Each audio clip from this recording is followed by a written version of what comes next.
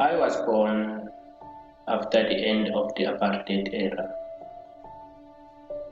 My mother named me Mfundo because it was a period where a black child was free from the shackles of the apartheid system. She believed that with education I'll prosper and change the world, and education was the only peaceful weapon to avenge the oppressors. I believe that the greatest victory in life is when you promise yourself to achieve something and then you work very hard and never give up until you fulfill what you have promised yourself to achieve. African child, I want to say this to you.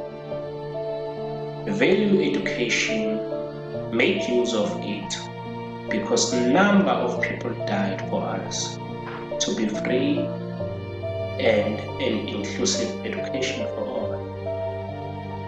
No journey is ever traveled alone. Behind every victory is a great support system. A support from family, support from friends, support from your fellow classmates. I love you.